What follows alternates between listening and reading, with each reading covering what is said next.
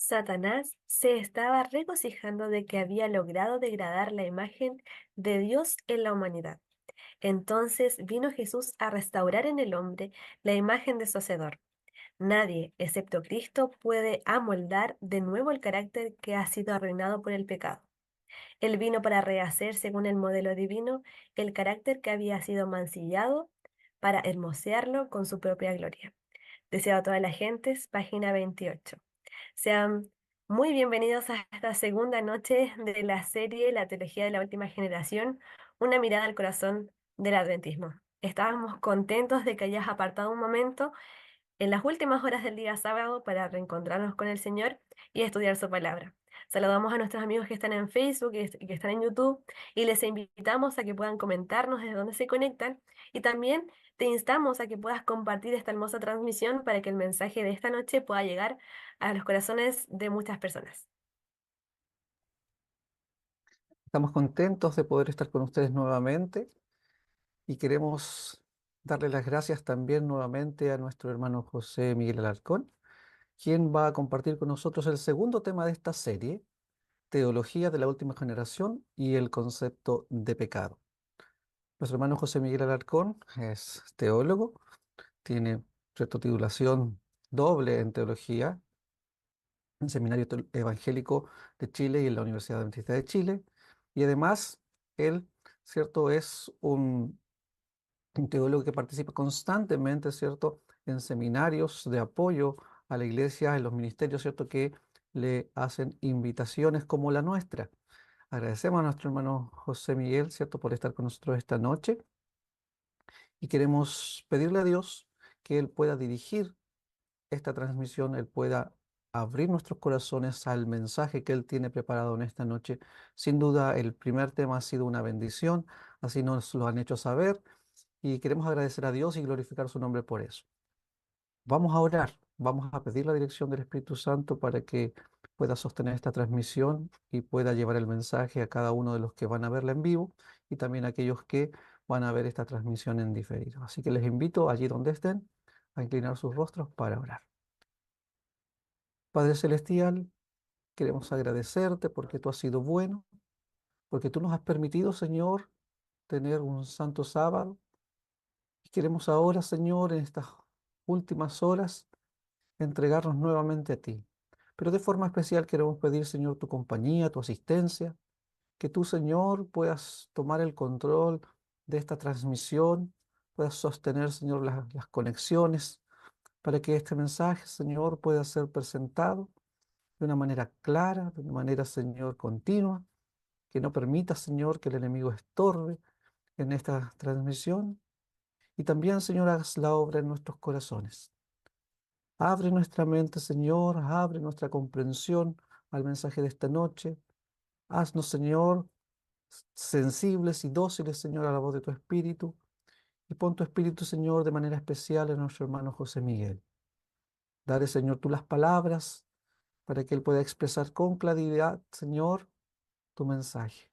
Para que estas semillas, Señor, puedan caer en los corazones que anhelan, Señor, conocer con profundidad cuál es la verdad que tú tienes, Señor, para dar a conocer al mundo y para que nosotros, Señor, también podamos profundizarla y también vivirla.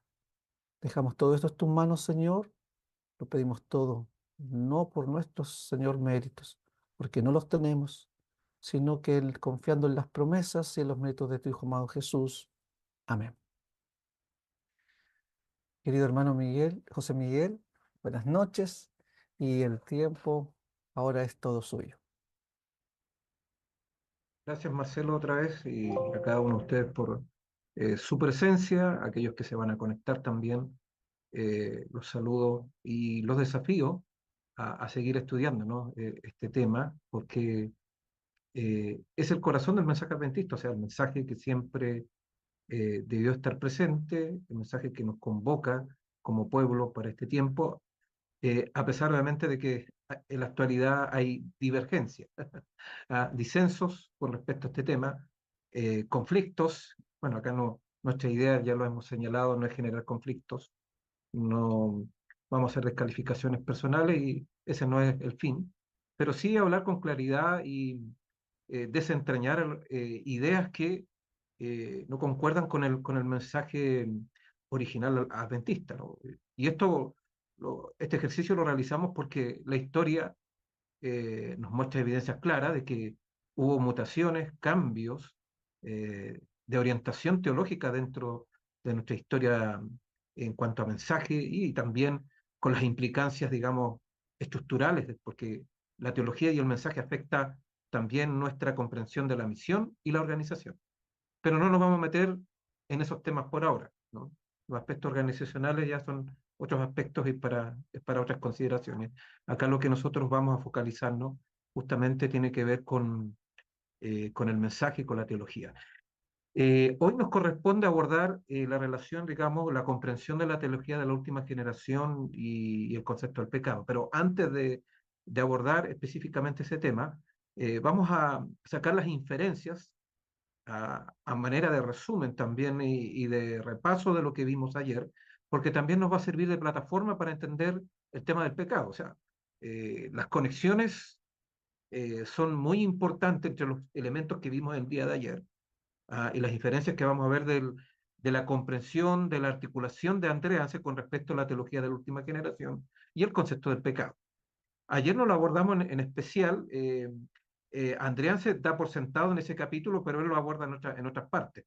Pero como nuestra intención fue ayer el poder abordar, grosso modo, digamos, los puntos principales de la teología de la última generación y también romper ciertos mitos que están asociados y que no tienen un asidero textual sobre la verdadera comprensión de la última generación. Entonces, vamos a partir en primer término con ese abordaje, vamos a realizar sacar esa inferencia sobre, vamos a ver 5 principios que podemos desprender de la teología de la última generación, generales obviamente, los más principales, sin perjuicio de que hay otros que están subsumidos, están subordinados a estos principios, pero queremos destacar justamente esos elementos que son uno de los más gravitantes, sin perjuicio de que hay otros también, y que lo vamos a ver en las próximas presentaciones que tenemos, así que esto no acaba.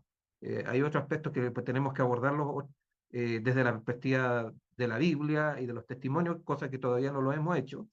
Hoy nos vamos a acercar un poco más al tema del pecado a la luz de los testimonios de la Escritura y algunas consideraciones históricas, pero con respecto a la teología de la última generación hemos abordado la articulación de Andreas, así que hay otros aspectos que vamos a tener que tocar ya en un desarrollo más amplio y eso es lo que estamos haciendo. Entonces, lo que vamos a ver justamente tiene que ver con los principios generales y que creemos obviamente que tienen asidero bíblico y lo vamos a ver posteriormente en las presentaciones. Ya, no sé,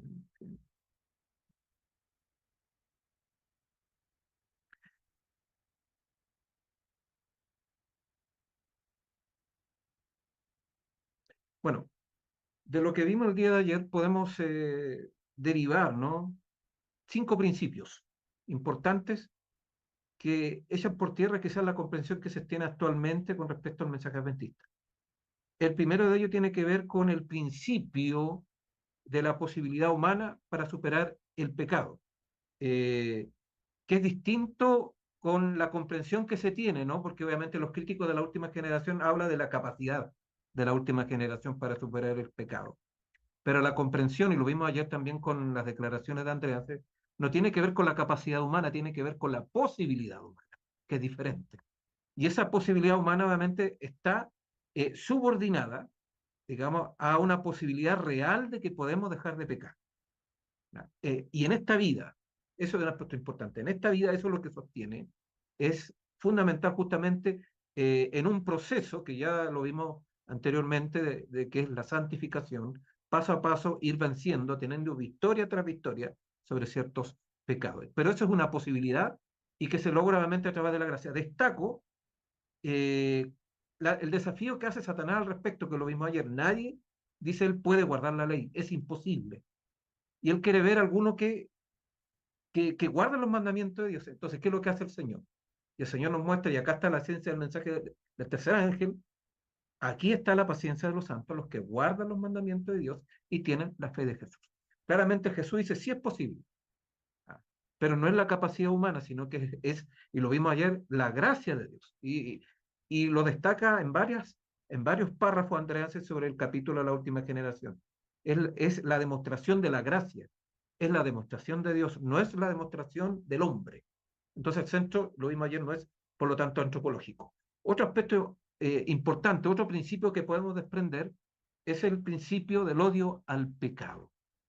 Y eso, digamos, se sustancia en el concepto del libre albedrío de la humanidad, que es sumamente importante con respecto a la última generación, y eso también está asociado al concepto de la obediencia como otro factor importante. Y estos dos factores, el libre albedrío y la obediencia, una obediencia continua, está también conectado con el tema de la voluntad, refinada y santificada, y que obviamente se manifestará en ese punto. A través entonces de esta apreciación del carácter de Cristo y a través de la comunión con Dios, el pecado se volverá odioso para nosotros. Entonces, ahí entramos en este principio. La comprensión entonces de la teología de la última generación debe llevar justamente al remanente a odiar progresivamente el pecado, hasta llegar ya a un odio máximo. Otro aspecto importante que creo que uno de los elementos vertebrales, ya lo vimos anteriormente, de la teología de la última generación y lo que desprendremos, es la demostración no solamente de Dios consigo mismo. Dios hace su demostración a través de su pueblo, que es muy distinto a lo que entienden, digamos, los críticos y la teología actual, ¿no?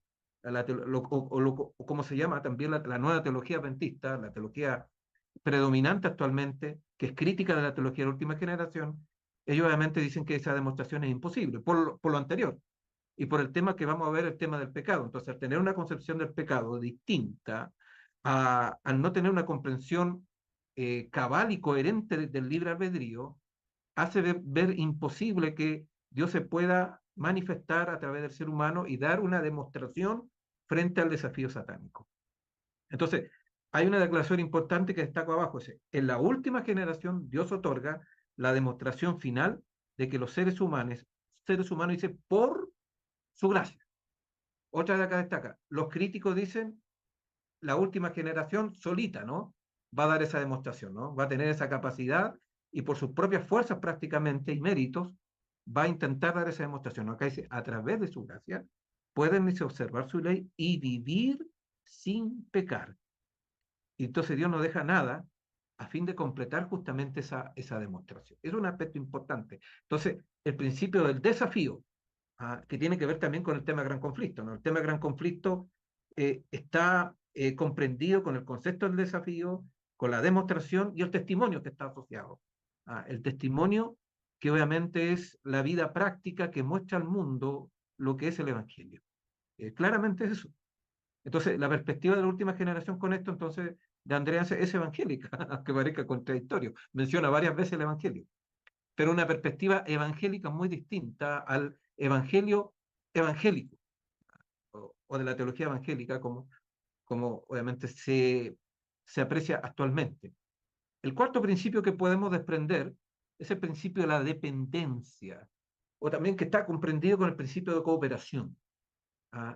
Entonces, él dice que Dios dependía, o Dios dependía de Job, dentro de este punto, dentro de este desafío. Dios acepta el desafío y obviamente Dios depende de él para echar por tierra los intentos de Satanás de viciar el carácter de Dios. Entonces, esa dependencia él la coloca entre comillas también inicialmente, porque no es una dependencia en el sentido de que obviamente Dios se somete al hombre, no. Dios coopera con el hombre y el hombre coopera con Dios. Es después lo desarrolla en otras partes y después lo vamos a ver posteriormente que el Espíritu Profecía lo desarrolla ampliamente este concepto. Por eso hablamos en el fondo que es el principio de cooperación, distinto a la comprensión que tienen los críticos de la última generación que son monergistas, que los monergistas es solo Jesús, y el ser humano es netamente pasivo. Y es netamente pasivo por el tema que vamos a ver a continuación, el tema del pecado.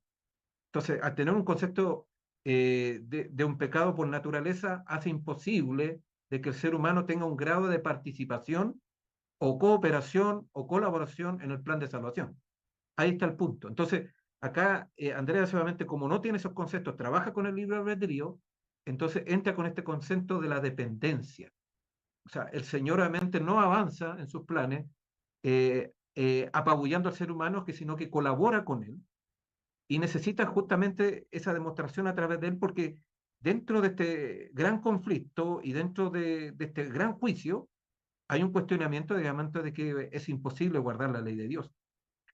Y esa observancia tiene que verse en los seres humanos.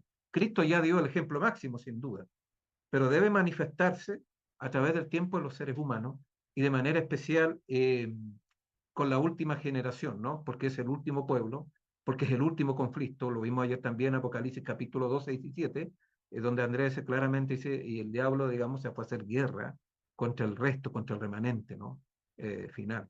Y ese remanente, digamos, un remanente que coopera porque guarda los mandamientos de Dios.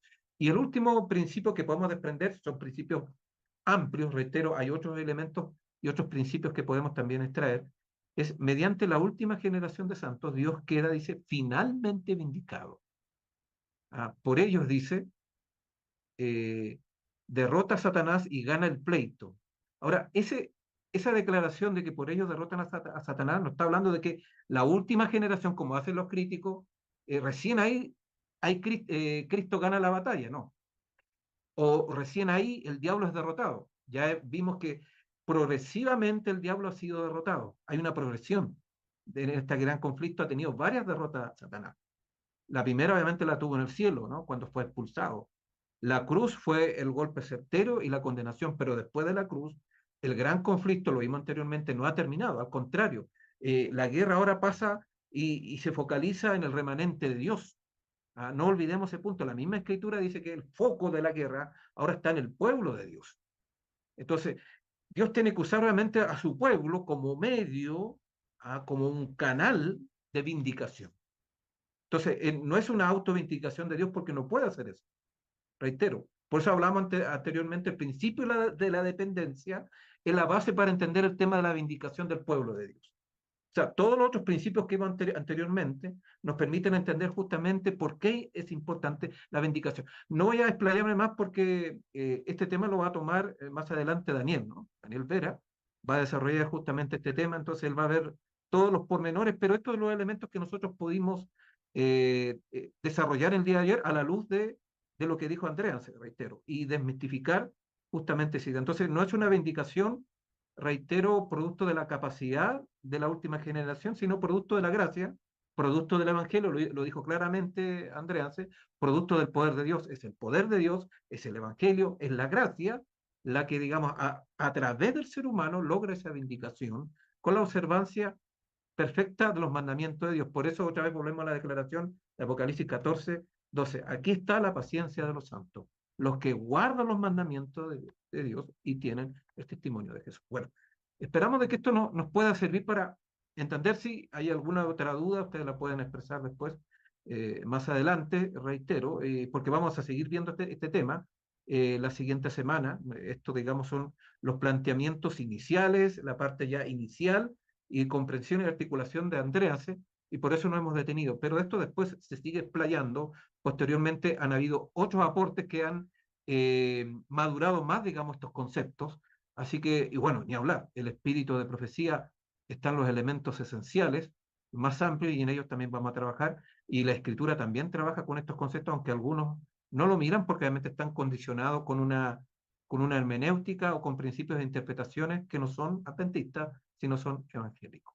Bueno, dejamos hasta aquí este repaso de los puntos y vamos a abordar el tema que vamos a ver a continuación, y que si tenemos claros los principios que acabamos de ver, nos va a ser un poco más fácil poder entenderlo, mirarlo, digamos, de varias perspectivas. En realidad, el tema del pecado siempre es un tema que genera, digamos, es controversial porque es la base de todo, y dentro del adventismo tenemos serios problemas en cuanto a su articulación y comprensión. O sea, el tema del pecado, si ustedes ven, no hay una comprensión muy clara de este concepto, hay muchas contradicciones desde el momento, obviamente, en que se incorporó la comprensión, hablemoslo lisa y llanamente, la comprensión evangélica de este tema. Entonces, el momento que se insertó esa comprensión evangélica, empezaron los problemas. Pero hay preguntas que son cruciales. No tenemos tiempo podemos llenarnos de preguntas, pero algunas preguntas que les puedo plantear en esta presentación y nos sirven de guía y de desarrollo de lo que vamos a presentar es de qué manera, la primera de ellas, una defectuosa comprensión del concepto del pecado afecta a la idea de la salvación. ¿Es importante entonces el concepto del pecado para entender la salvación? Segunda pregunta, ¿pecamos porque somos pecadores o somos pecadores porque pecamos? Haga el ejercicio, ¿no? ¿Cuál es la comprensión, no? ¿Pecamos porque somos pecadores? ¿Tienes esa comprensión? ¿O somos pecadores porque pecamos? ¿Cuál es la comprensión correcta? Bueno, a lo mejor van a venir preguntas en torno a eso después, porque vamos a hacer la presentación, van a estar las evidencias en una dirección. O sea, estas dos partes no son correctas, estas dos declaraciones, estas dos prácticas, o es la una o es la otra. La siguiente pregunta, ¿es la declaración de Primera de Juan 3:4 la única definición del pecado? Primera gente 4 dice que todo pecado es transgresión de la ley. ¿Es la única? Y bueno, siguiente pregunta. ¿Llegarán a alcanzar nuestra naturaleza y experiencia una ausencia tal del pecado de este lado de la glorificación o de la eternidad? Que es con consecuencia de lo anterior. Eso también no vamos a desarrollar todos los aspectos que están relacionados con la última pregunta, pero sí está conectado, porque lo vamos a ver posteriormente, con el tema del pecado. Bueno, es importante ver que la posición que uno asume sobre la naturaleza del pecado es fundamental en lo que respecta a las creencias sobre la salvación y la perfección. El tema de la salvación y la perfección está subordinado, condicionado con el concepto del pecado. Y bueno, acá hay varios autores, obviamente, de diversas veredas teológicas dentro del adventismo que obviamente ven muy importante tener claro ese concepto. Y hay varios nombres que no vamos a detener en estos momentos, de la línea de la nueva teología, como se llama, o evangélica, o evangelio evangélico, como hablaba un autor dentro de la misma facción, o dentro de lo que se llama la última generación o adventismo histórico. Pero de las diversas líneas, ven que es muy importante, digamos, tener claro el concepto del pecado, porque eso afecta la salvación. Si yo no tengo claro el concepto de la salvación, o sea, del pecado, me va a afectar mi comprensión de cómo me salvo, y si es posible la perfección, o qué tipo de perfección. Por eso es importante, ¿no? Los partidarios de la teología de la última generación creen que el pecado en las vidas es el resultado de una elección, no del nacimiento. Esa es la posición de la teología de la última generación. Por otro lado, los oponentes de la teología de la última generación creen que el pecado y la naturaleza pecaminosa heredada son una y la misma cosa y que por lo tanto todos desde Adán nacieron pecadores. Eso es lo que se llama también pecado original o pecado por naturaleza. Son las dos posiciones que nosotros encontramos, ¿no? Bueno, hay algunos que observaron que algunos argumentos van y vienen sin cesar debido a que los antagonistas no llegan al fondo del problema. El tema subyacente, William Johnson dice esto, creo que el año pasado murió, fue redactor, es de la línea crítica de la TUC, obviamente, ¿no? Dice, el tema subyacente bajo la superficie del debate, el asunto de fondo, dice, es el concepto del pecado. Ese es el punto. Entonces, bueno, él está hablando de los debates históricos que ya en la época en que él estaba como editor de la revista Adventista, en los años 80, ya estaban muy candentes, ya, porque este debate, obviamente con respecto al pecado, parte con preguntas sobre doctrina. De ahí en adelante empezaron, bueno, el primer crítico fue Andréase, obviamente cuando se elaboró este libro, ¿no? Que recogió ese diálogo, un diálogo ecuménico en realidad entre adventistas y evangélicos, y obviamente llevó justamente a replantear el tema del pecado. De hecho, hay evidencia histórica que el concepto del pecado por naturaleza, o concepto de pecado por original, antes del año 1950 no estaba presente dentro del adventismo, no había un desarrollo. Los pioneros tampoco desarrollaron el concepto del pecado, porque obviamente ellos lo asumían como no estaban contaminados con la teología evangélica, no tenían ese concepto. Y como tenían claro el tema de la ley de Dios como algo importante, al tener claro la observancia de la ley de Dios, hace imposible aceptar el pecado original. Bueno, hay varios elementos. Entonces, esto, digamos, es producto, es una importación, ¿no? Una importación evangélica, el tema, digamos, del pecado original. Pero ya los teólogos en ese momento empezaron a ver que el tema del pecado es un tema que hay que dilucidar y ese tema siempre ha estado en la palestra. No está, hay serios problemas, igual que el tema de la salvación. Por lo mismo, si no tenemos claro el tema del pecado, o tomamos ideas fuera de nuestra comprensión adventista, no vamos a definir con claridad y vamos a tener una comprensión errada, equivocada del concepto de la salvación. Hay un autor que en realidad es de orientación calvinista, ¿no? Richard Taylor, dice, quien carece de la adecuada comprensión de lo que es el pecado, dice, no puede tener una comprensión adecuada de ninguna otra cuestión fundamental. Eso se hace especialmente manifiesto en la relación con esta teoría de la expiación y con el método divino de la redención del hombre. Otra vez llegamos al mismo punto, ¿no? Este autor, que es evangélico, ve claramente que obviamente hay que tener claro el concepto del pecado para tener claro el concepto de la expiación y de la salvación. Es fundamental. Por eso este tema no es un tema opcional, para nada. No es opcional para ninguna religión dentro del cristianismo, menos para un adventista séptimo día. Debemos tener claro el concepto del pecado, porque o sea, eso le da sentido a la comprensión. Y la teología de la última generación, digamos, tiene un constructo, que no es un constructo nuevo, ya lo vimos, es un constructo, digamos, que viene de la época pionera y viene justamente y está atestiguado en la Biblia de los testimonios, lo vamos a ver posteriormente, y no podemos entonces no tener claro ese asunto, porque eso, digamos, le quita todo el cimiento y toda la base, digamos, de la comprensión sobre el tema de la salvación. Bueno, en la declaración de creencias fundamentales, ¿no?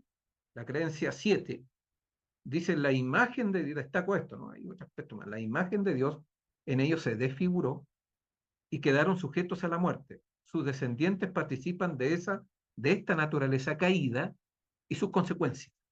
Nacen con debilidades y tendencias hacia el mal. Interesante acá que en la declaración de creencias fundamentales no aparece el concepto del pecado original y por naturaleza. Habla de naturaleza caída, cuando habla del pecado, y dice que nacen con debilidades. Pero en ninguna parte acá nacen pecadores, no aparece esa declaración. Me llama la atención porque hay otras partes de creencias fundamentales donde aparece un concepto evangélico de la salvación. Pero acá el concepto del hombre, de la naturaleza humana, no es un concepto evangélico. Bueno, entre paréntesis, el desarrollo y la comprensión de las creencias fundamentales es también como es un registro intraecuménico, perdón el término, pero quiere decir que reúne todas las facciones teológicas comprendidas dentro del adventismo. Entonces, por eso vamos a encontrar ciertas declaraciones que se acercan más a la teología de la última generación, y hay otras que se acercan más a una perspectiva evangélica, y otras inclusive van bordeando el plano más progresista. Pero acá en este caso es interesante, obviamente, que se rescata una comprensión más cercana a la teología de la última generación, ¿no? Porque en ninguna parte acá aparece el pecado original, y esto está en creencias fundamentales. O sea, ahí podemos decir que hay luchas y tendencias dentro de la misma configuración de nuestras creencias, ¿no? Y ahí está el registro. Bueno, es importante entonces tener definiciones más precisas sobre este punto, ¿no? Entonces, eh, de acuerdo a esta forma entonces de pensar, el pecado original no es la elección de Adán en pecar, no tiene nada que ver con elección. Entonces, acá entramos en un término. Entonces, el pecado original puede ser definido de varias maneras. Algunos dicen que somos culpables porque heredamos el pecado de Adán. Otros dicen que somos culpables no porque heredamos la culpabilidad. Esos son, digamos, eh, la- las pocas certezas que hay con respecto al pecado dentro del adventismo. Entonces, algunos no aceptan la culpabilidad, pero aceptan de que está presente el pecado. Pero el pecado y la culpabilidad están asociados, no podemos disociarlos, ¿no? Pero bueno, está esa comprensión, ¿no? Que somos culpables no porque heredamos la culpabilidad, pero a causa de que nacimos como hijos de Adán y no nos imputa la culpa por haber nacido de una raza caída, dice, así la culpabilidad de Adán se nos imputa a nosotros. Bueno, una culpabilidad imputada, otra idea, ¿no? Otra variación dice que no somos culpables porque nos imputó como culpables o porque heredamos el pecado, sino porque nacimos en una condición separada. Esa es la otra posición. Esa idea fue divulgada fuertemente por Morris Bender, ¿no? Acá lo destaco porque fue bien conocido acá en Latinoamérica, sus libros se vendieron como par caliente, y él tenía esa comprensión, pero en realidad es pecado original modificado. él trabajaba mucho con la perspectiva relacionista de la salvación. Nacemos separados de Dios y esa es nuestra, dice, culpabilidad. Y es por esta separación que somos culpables. Algunos han llegado a decir que no somos culpables personalmente, sino que nacemos condenados como parte de la raza caída. Pero en el fondo, si ustedes pueden ver, son formas porque algunos no quieren asumir el concepto del pecado original, pero es pecado original. Bueno, hay teólogos, lisa y llanamente, teólogos más sistemáticos del adventismo, que no tienen, obviamente, dudas al respecto y hablan de pecado original. Pero hay otros autores que podríamos decir son más conservadores, pero no han salido del modelo evangélico y siguen con la idea del pecado original, pero ese término les molesta. Y por eso entonces ustedes pueden encontrar en literatura adventista que abiertamente algunos no hablan del pecado original, pero sí lo están eh, obviamente presentando con otra terminología como hemos visto acá, ¿no? Cuando hablamos en los términos que hemos presentado. Entonces, en el fondo, prácticamente, podríamos decir, la mayoría de la literatura adventista, inclusive los folletos de la escuela sabática, trabajan con el concepto del pecado original de una u otra forma, ¿no? El pecado por naturaleza. Eso está prácticamente sacramentado dentro de la teología y prácticamente dentro de la literatura oficial muy difícil encontrar una posición contraria. Solo lo que vimos acá, algunas adaptaciones. Hay algunos que han visto el pecado como parte de nuestro ADN, pero eso ya es más terrible, ¿no? Porque si el pecado ya es parte de nuestro ADN, es parte de nuestro cuerpo, y eso ya es llegar a una posición gnóstica, gnosticismo puro.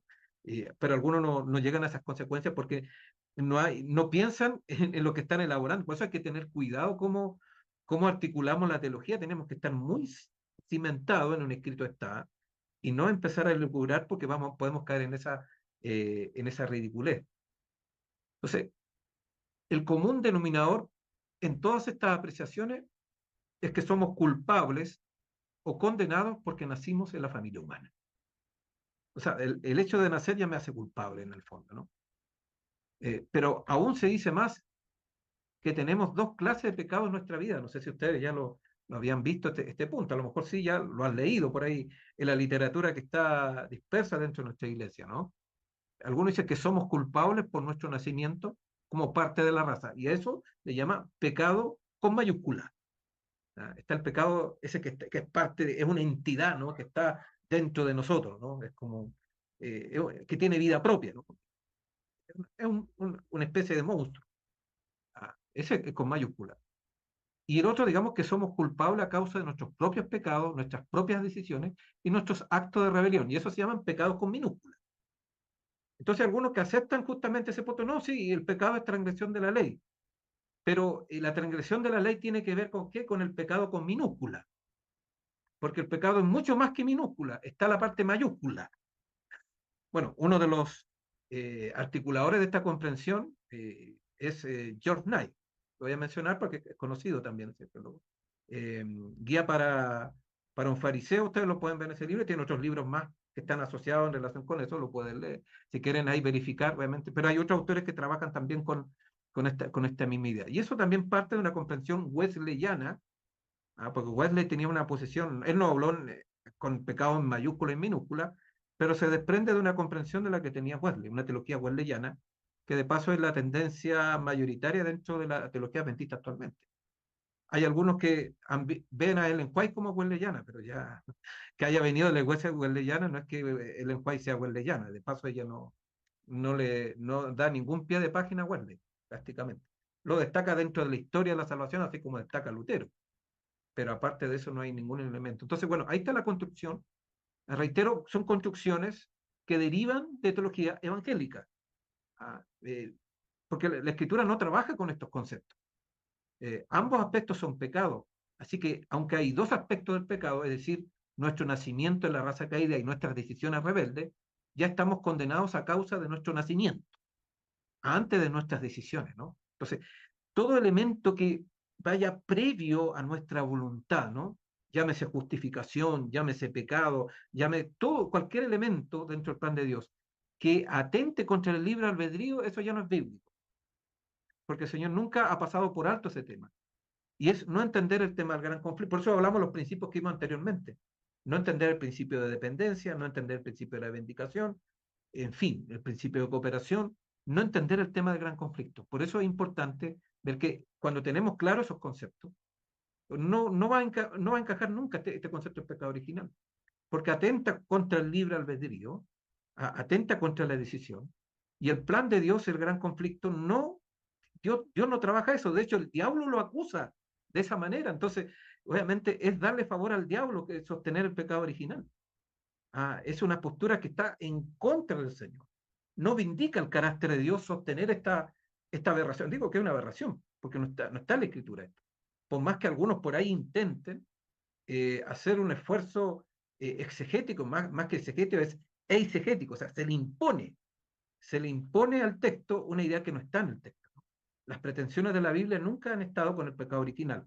Las pretensiones de los teólogos sí que es distinta, pero los teólogos y los exégetas lo que han hecho a través del tiempo es forzar el texto. En los textos clásicos, no vamos a entrar ahora en detalle, Salmo 51, por ejemplo, 5, que lo usan ahí obviamente como caballo de batalla, pero inclusive hay exégetas calvinistas que dicen que no es el mejor texto para apoyar, y los adventistas lo siguen usando, algunos teólogos. No hay mucho asidero para usarlo si uno hace un trabajo serio.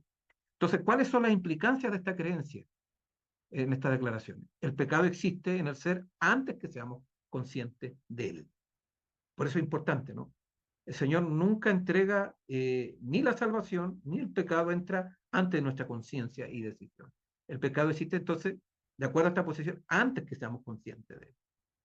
Hay culpa en los deseos malos, aun cuando son resistidos por la voluntad.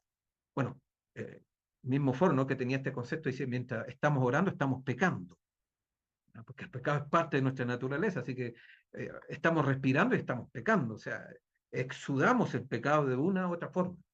Pero eso no es el concepto bíblico, ¿no? El pecado es nuestra naturaleza depravada y todo su fruto. O sea, nacemos depravados. O la depravación total, que es el concepto que se maneja dentro del protestantismo, dentro de la tradición calvinista, con matices, obviamente, y la tradición arminiana o wesleyana. Y esa comprensión se tiene actualmente. Entonces, la depravación total hace imposible, obviamente, de que ocurran una obediencia sin pecado, una perfección sin pecado y todos los elementos que están asociados a ese punto. Así que, de acuerdo con esta definición, el pecado existe antes de la elección y aún antes del conocimiento. Y obviamente, para que el Señor opere, debe primero el ser humano debe elegir y debe tener conocimiento. Bueno, la Escritura es palpable en ese sentido. Pablo mismo, de hecho, que es el que habla sobre estos temas, deja en claro, obviamente, que el pecado es por el conocimiento de la ley. Y así otros textos afines. Entonces, nunca el Señor va a obrar ni la salvación, ni vamos a pecar, digamos, sin tener conocimiento, sin elegir libremente. No nos olvidemos, esto es un punto importante y trascendental de la teología, es el corazón. Acá hablando del corazón, es el corazón mismo de la teología adventista y por lo tanto de la teología de la última generación también. El respeto a la voluntad, el respeto al libre albedrío. Dios lo respeta y no anularlo. Entonces, el pecado original lo que hace es anular el libre albedrío, anular la voluntad, atentar con ella, bueno, porque se sostiene que la voluntad está totalmente depravada. Ese no es el concepto bíblico, la Biblia no presenta la voluntad en esos términos, de lo contrario no se justificaría desde el Antiguo Testamento al Nuevo los llamados proféticos a la conciencia. Al Señor, ¿por qué hace los llamados? Porque el ser humano puede decidir, o sea, ¿qué sentido tiene que el Señor me llame si ya estoy frito, ¿no? No hay posibilidad de que cambie mi situación. Entonces, es la naturaleza humana una parte del propio pecado o bien es su efecto del pecado. Bueno, una pregunta también importante, ¿no? Una de las razones de por qué el tema parece tan confuso es por la falta de definiciones claras y simples. Existe una diferencia crucial entre los efectos del pecado y el pecado mismo. Si bien los efectos del pecado tienen gran alcance y son a la postre letales, nadie atribuye culpa personal o condenación a los efectos del pecado. En contraste, el concepto del pecado va asociado a la culpabilidad, condenación, separación de Dios, juicio y muerte segunda. El foco entonces a considerar la justicia por la fe o la naturaleza de Cristo debemos ponerlo en el propio pecado, más bien que los efectos del pecado. Bueno, eso es la confusión, ¿no? Confusión entre naturaleza pecaminosa y lo que es, digamos, el pecado mismo, que no es la misma cosa, son dos elementos distintos. La cuestión básica es aquí muy simple, es la naturaleza humana una parte del propio pecado, o bien es un efecto del pecado. Entonces, nuestras conclusiones, obviamente, a propósito de la naturaleza humana y Cristo, vendrán condicionadas por la respuesta que demos a esta cuestión. Ahora, dentro de lo que vamos a hacer en esta presentación, además de ver algunos aspectos relacionados con este tema del pecado, vamos a ver cómo la naturaleza humana de Cristo, no vamos a desarrollar todo el tema en amplitud, pero vamos a ver algunos aspectos que nos ayudan a entender justamente el tema del pecado. La comprensión de la naturaleza humana de Cristo nos ayuda a entender el concepto del hombre. Es fundamental. Si tenemos claro el concepto de la naturaleza humana de Cristo, vamos a entender con mayor claridad lo que es el hombre. Cristo define nuestra naturaleza en el fondo. Cristo, la naturaleza humana de Cristo define con claridad qué es posible para el hombre. Define lo que es el pecado, define lo que es la justicia, la salvación, todo. Por eso el Juan dijo con claridad, ¿no? Que la naturaleza humana de Cristo lo es todo para. ¿Por qué lo es todo? Porque obviamente nos da justamente una cadena dorada, ¿no? La cadena dorada, digamos, que nos ayuda a entender otras cosas. Así que también vamos a ver que hay una relación entre la comprensión de la naturaleza humana del hombre y el pecado a la luz iluminada por la naturaleza humana de Cristo. Pues esos son aspectos importantes a considerar. Bueno, el decir que todos los bebés necesitan un salvador ha venido a convertirse en una de las frases más repetidas y engañosas del pensar actual sobre la justicia por la fe, o la justificación por la fe también, como lo podemos llamar. ¿Por qué? Obviamente porque el pecado original, obviamente, uno nace pecador, entonces obviamente los bebés nacen pecadores. Bueno, ese es el tema. Pero cuando uno ya entra, por eso los que somos adherentes a una concepción distinta del pecado, los que no aceptamos el pecado original, no podemos aceptar esa pregunta. De repente hay algunos que son adherentes a la teología de la última generación y intentan y se enredan respondiendo a esa pregunta que no tiene asidero. Yo claramente le he dicho, yo no puedo, no te voy a aceptar la pregunta porque yo no acepto las presuposiciones que están detrás de esa pregunta. Pues si tú dices, ¿qué sucede? Que los bebés, obviamente los bebés obviamente no pecan, no nacen pecadores, entonces no entran en este concepto del pecado. Y la escritura atestigua justamente ese punto, ¿no? Porque el pecado es por conocimiento y los bebés no tienen conocimiento, conciencia de nada. Entonces, acá no entramos en ningún aspecto. Hablar de los bebés, bebé es un tema para los que creen el pecado original. Pero muchas veces nosotros empezamos a buscar fundamentos y hablar, los bebés acá no entran en ese punto. Los que entran son las personas, los niños que ya entran en conciencia, y que eso la escritura lo llama desde tu juventud. La juventud es el momento donde entra la conciencia, ¿no? Donde entra, digamos, no estoy hablando de los jóvenes como entendemos actualmente. Estamos hablando del momento donde hay conciencia de lo que es bueno y malo.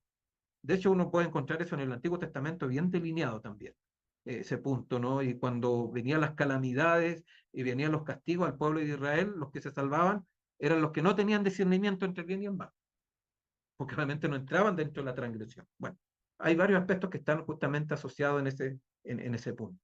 Bueno, diferencia entre pecado y efectos del pecado, ¿no? Los efectos del pecado tienen que ver con la naturaleza caída. En la Biblia es la carne, ¿no? El apóstol Pablo trabaja mucho de eso, y no solo Pablo, Juan también. El tema, bueno, Jesús mismo. O sea, en todo el Nuevo Testamento y también en el Antiguo, la carne tiene que ver con nuestra naturaleza caída, pero la naturaleza caída no tiene que ver con el pecado, no somos transgresores por nacer con una naturaleza caída. Eso tiene que ver con la vulnerabilidad, tiene que ver obviamente porque ya no estamos con el fruto del árbol de la vida. Bueno, el Encuay también habla de ese aspecto, ¿no? Del momento que el ser humano dejó de comer del árbol de la vida, se empezó obviamente su naturaleza a debilitar. La primera generación duró, bueno, alcanzó 1000 años, pero después ya el fruto, los efectos dejaron de tener efecto, bueno, en nuestra época ni hablar, ya no, los efectos del árbol de la vida, del fruto, no tienen ninguna. Entonces, tiene que ver justamente con ese punto, no tiene que ver que entró algo en nuestra naturaleza, ¿no? Algo se posesionó, un ente entero, el pecado no es una entidad propia, no, no tiene nada que ver, no es algo inmortal tampoco. Bueno, y el país dice claramente, si hubiesen comido el árbol de la vida después de la transgresión, hubiesen sido pecadores inmortales. Ahí recién podríamos aceptar el pecado original, ¿no? Pero no ocurrió eso. El hecho de no haber comido el fruto, el ser humano no entró justamente a inmortalizar el pecado.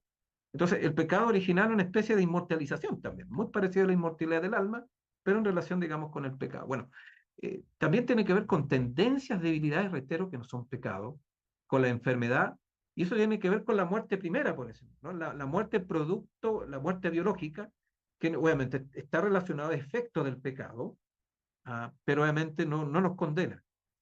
Lo otro distinto que ustedes pueden ver acá tiene que ver con el pecado. El pecado, digamos, con transgresión de la ley, y eso está, digamos, comprende lo que tiene que ver con el carácter, que la escritura, digamos, lo presenta, y Ellen White también lo corrobora así, el neuma, el espíritu, como el carácter.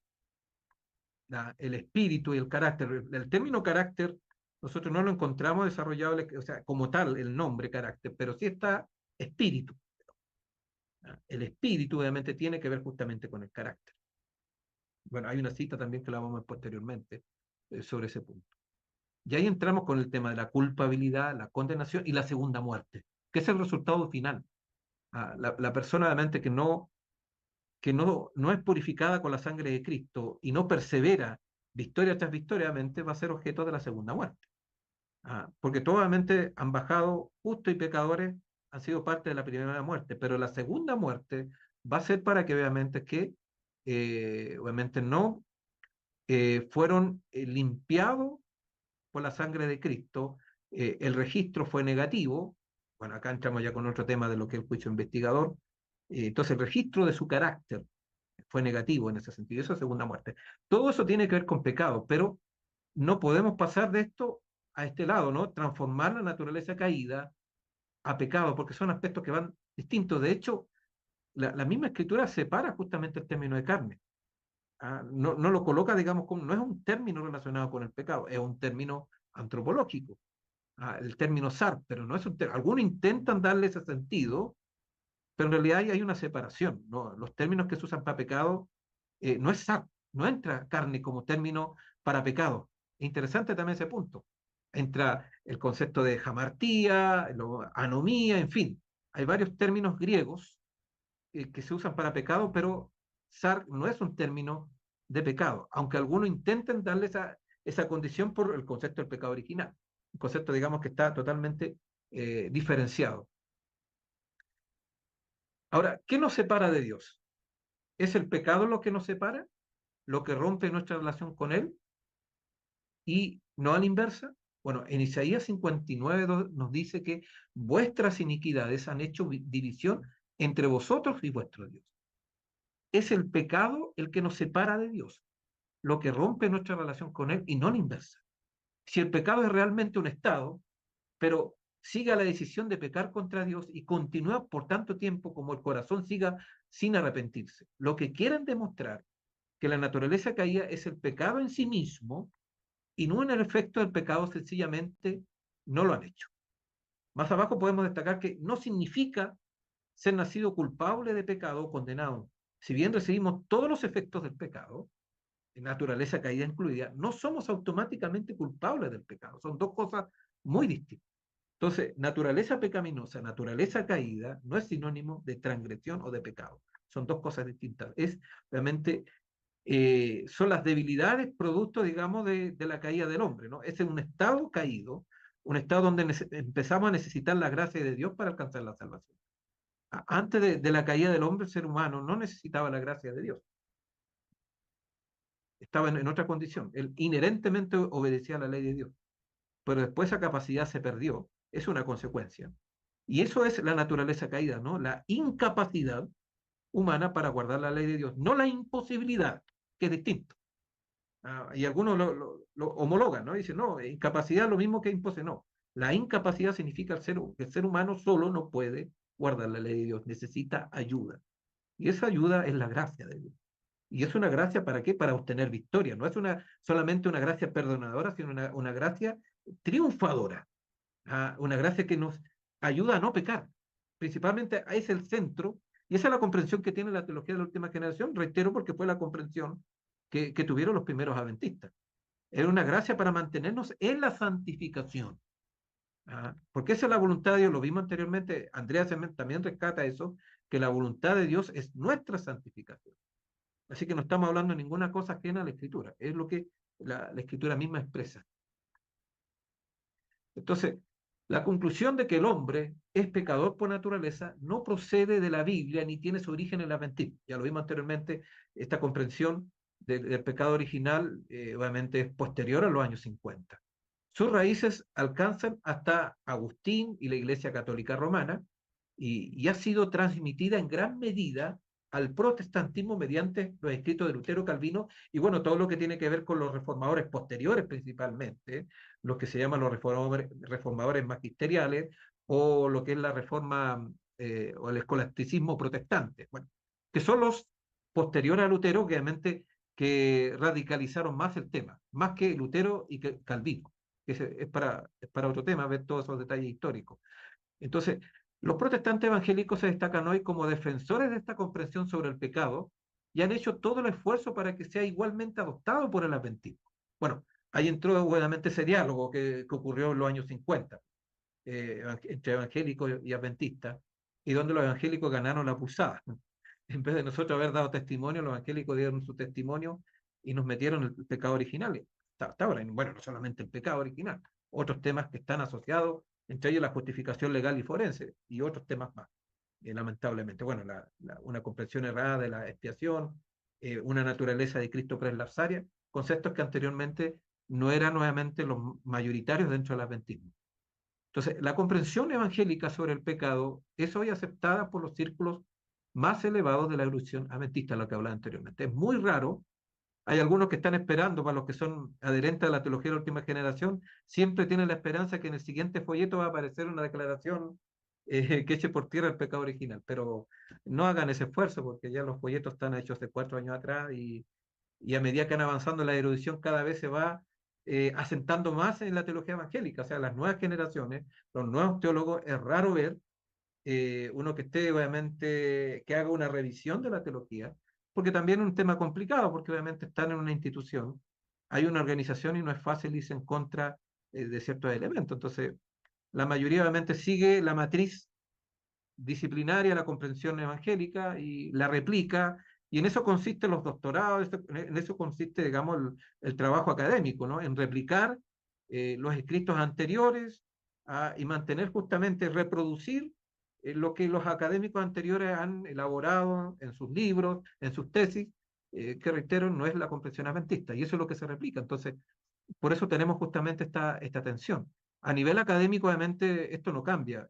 Ayer, digamos, en una conversación se hablaba justamente de que hay una diferencia entre los hermanos laicos y los teólogos, o los aspectos, ¿no? Que realmente los adherentes a la teología de la última generación, y obviamente que no están de acuerdo con el pecado original, se ve dentro de la iglesia, ¿no? Dentro de lo que, ese término que es católico, dentro de los laicos, eh, de la iglesia, pero no a nivel de los teólogos. Entonces, ¿y cuál es el punto? ¿Por qué se ve esa diferencia? Porque obviamente el hermano general de iglesia no está contaminado con la academia teológica, ¿no? Entonces, el hermano depende más de qué? Depende de el espíritu profecía. Bueno, hay salvedad, igual hay hermanos que han sido contaminados con la teología de la última generación, porque se han generado varios esfuerzos, porque hay una preocupación de parte de los teólogos actuales, digamos, de cómo ha crecido este núcleo de lo que ellos llaman teología de la última generación. Entonces, y el pecado original, entonces están preocupados, y entonces, por eso es difícil, pero dentro de la hermandad, cuando ellos dependen del espíritu de profecía y la Biblia, no van a aceptar el pecado original. Y lo digo porque tengo testimonio de la iglesia donde yo eh, me reúno, ¿no? Los hermanos, con solo el espíritu de profecía, sin entrar en teología, no aceptan el pecado original tampoco, no lo ven. Claro, y es así, porque no están contaminados con la teología académica, menos con la teología evangélica, Lutero, Calvino, ni idea. Apenas se conocen los teólogos adventistas, menos a Calvino, Lutero y otros teólogos calvinistas, en fin, ¿no? La hermandad va a un escrito está. Y eso es la ventaja, así que hermanos, no se contaminen con la academia. Eh, bueno, quien habla acá ha pasado por las academias teológicas, pero el Señor ha tenido misericordia y ha depurado mi mente de ideas que no son bíblicas, pero es un proceso igual. Y eso es obra del Señor, obviamente el Señor nos permite no quedarnos y dejar de amar a los grandes teólogos, ¿no? Porque cuando uno se mete en la teología, uno empieza a tener los grandes referentes que no son los apóstoles, son los teólogos, ¿no? Y eso pasan a ser los referentes. Y en la teología también, pues, y con respecto al pecado original, se empiezan obviamente a alabar a los hombres, y en eso consiste justamente estas posiciones. Entonces en el adventismo no estaban esas posiciones, no tienen nada que ver. Bueno, ahora ya se ha hecho evidente. Bueno, si uno va al espíritu profecía, va a encontrar que hay una diferencia, ¿no? Hay una ecuación entre nacido en pecado y naturaleza caída. Algo interesante a propósito de ser nacido en pecado, ¿no? Leemos que Seth fue nacido, dice, en pecado. Cuando Ellen White desarrolló más ampliamente la idea en patriarca y profeta, escribió que Seth, de igual forma que Caín, heredó la naturaleza caída de sus padres. Este texto paralelo muestra cuál era el significado que Ellen White daba a la expresión nacido en pecado. ¿Qué significa dentro del espíritu de profecía? Heredó la naturaleza caída de sus padres. Eso significa nacido en pecado. No significa que nació pecador. Significa de que nacido significa heredó la naturaleza caída de sus padres. Eso es nacer en pecado. Bueno, esa misma idea nosotros la podemos aplicar a Salmo 51:5, ¿no? Cuando dice, en pecado me concibió mi madre. ¿De qué está hablando? Está hablando de que obviamente fue y heredó la naturaleza caída. Pero en ninguna parte no se puede sancionar un ser humano porque está en contra de la naturaleza misma de Dios. O sea, sostener de que somos pecadores antes de alguna decisión está contra el gran conflicto, está en contra del juicio de Dios, en contra de todo lo que hemos visto anteriormente. No tiene ninguna sustancia. No podemos sostener el gran conflicto y al mismo tiempo el pecado original. Son insostenibles, es incoherente. Hay algunos que lo sostienen. De hecho, hay un gran teólogo sistemático que no hace mucho que también murió dentro del adventismo, Norman Goley, que obviamente que él se dice que fue uno de los especialistas en gran conflicto, pero él lo construye sobre el pecado original y no tiene mucha sustancia eso. Pecado original y gran conflicto es una incoherencia teológica. Ya, no, lamentablemente fue un gran teólogo, ¿no? Porque escribió 4 tomos así gigantescos de más de 800 páginas sobre la teología adventista, pero ¿cuáles son los influjos? ¿Son de acuerdo a la palabra de Dios, como él dice? ¿O hay detrás prejuicios teológicos evangélicos? Sin duda, lo último fue lo que predominó lamentablemente. Bueno, ya hay otros autores, ¿no? que ven imposible. Otro teólogo, Wyden, ¿no? Que también ha sido uno de los críticos de la teología de la última generación.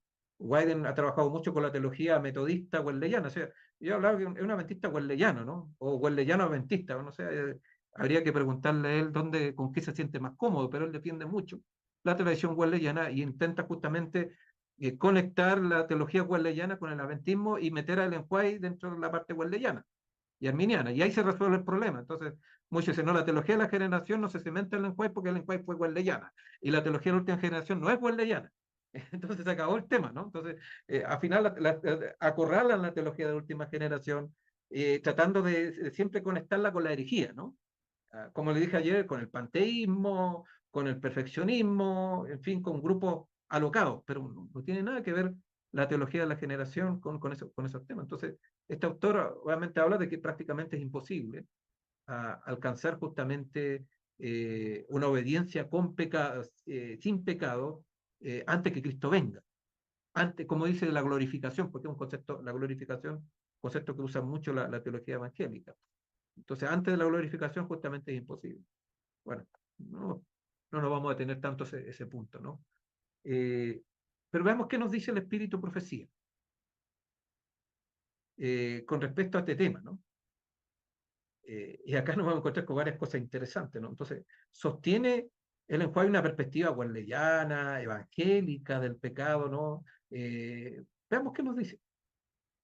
En Reflejemos a Jesús, página 27, nos dice, la ética presentada en el Evangelio, dice, no reconoce otra norma que la perfección de la mente de Dios, la voluntad de Dios. Dice acá, la ética y el Evangelio son dos cosas distintas, no, están unidas. La teología separa la ética del Evangelio, porque la ética tiene que ver ya con la parte más humana, ¿no? No tiene que ver con la salvación, porque para los evangélicos la salvación solamente es justificación por la fe. Y una justificación que me cubre de mis pecados pasados, presentes y futuros. Esa es la comprensión de la justificación por la fe evangélica, que es la comprensión de la mayoría de los adventistas actualmente, dentro de lo que es la justificación. ¿Y por qué necesitamos una justificación que me cubra mi pasado, mi presente, futuro? Porque soy un pecador que va a seguir pecando hasta cuando Cristo venga. Entonces, no necesito la santificación, lo que yo necesito ante un pecado constante, un pecado permanente, necesito, digamos, una justificación y un perdón permanente. Pero acá, obviamente, tenemos una visión distinta, ¿no? Dice, la ética presentada en el Evangelio no reconoce otra norma que la perfección de la mente de Dios, de la voluntad de Dios. La imperfección del carácter es pecado. Interesante, dice, ¿no? O sea, si hay imperfección en el carácter que dice acá, es pecado. Es pecado. Y dice, y el pecado, y acá viene lo interesante, ¿no? Y el pecado, dice, es la transgresión de la ley. Todas las virtudes del carácter se encuentran en Dios como un todo armonioso y perfecto. Todo el que recibe a Cristo como su Salvador personal tiene el privilegio de poseer estos atributos. Y acá dice, esta es la ciencia de la santidad. Ciencia de la santidad o de la santificación. Bueno, así lo entendían los pioneros y el Espíritu de Profecía de la Salvación, sobre la base, el fondo y la base siempre era la santificación. La justificación era producto de la transgresión. O mi comienzo de la vida, cuando yo aceptaba a Cristo, yo era justificado, ¿no? Pero el Señor obviamente no quiere que esté todos los días justificado, porque Dios no quiere que yo peque todos los días. Esa no es la voluntad de Dios, que nosotros pequemos todos los días. Entonces, la justificación siempre fue una medida de que para ingresar al reino de los cielos, para entrar otra vez, el Señor me perdona mi vida pasada, ¿no? La justificación me cubre mis pecados pasados, pero yo después debo entrar en una vida de santidad, santificación. Por eso hablaba Pablo, ¿no? Que la voluntad de Dios es vuestra santificación. ¿Ya? La justificación tiene que ver con el perdón. La justificación y el perdón es una misma cosa. Así que cuando hablamos de perdón, estamos hablando de justificación. Y Dios no quiere que estemos 20 veces siendo perdonados en un día. Nunca ha sido el plan de Dios eso. 20 veces siendo justificados. O en la eternidad siendo justificado, o toda esta vida en la tierra permanentemente. Entonces, es una comprensión evangélica. La comprensión bíblica, obviamente, que nosotros seamos vencedores del pecado. Y ya lo vimos anteriormente con la articulación de Andreas, articulando lo que es la teología de la última generación. Eso, digamos, es una obediencia permanente. Y es la voluntad de Dios, y eso es necesario, estar victoria tras victoria. Y eso tiene que ver con la santificación. Y por eso se habla, y no solamente Andreas lo dice, Ellen White claramente, y también Pablo, obviamente, que la santificación es un proceso, es una lucha permanente, es la batalla de la fe. Bueno, otra declaración más con respecto a este punto. Es imposible, bueno, esto está en el conflicto inminente, también en el conflicto de los siglos, es imposible explicar el origen del pecado y dar razón de su existencia. Sin embargo, se puede comprender suficientemente lo que atañe al origen y a la disposición final del pecado, para hacer enteramente manifiesta la justicia y benevolencia de Dios en su modo de proceder contra todo mal. Nada se enseña con mayor claridad en las Escrituras que el hecho de que Dios no fue en nada responsable de la introducción del pecado en el mundo y de que no hubo retención arbitraria de la gracia de Dios ni error alguno en el gobierno divino que diera lugar a la rebelión. Y acá viene algo interesante también, dice, el pecado es un intruso y no hay razón que pueda explicar su presencia.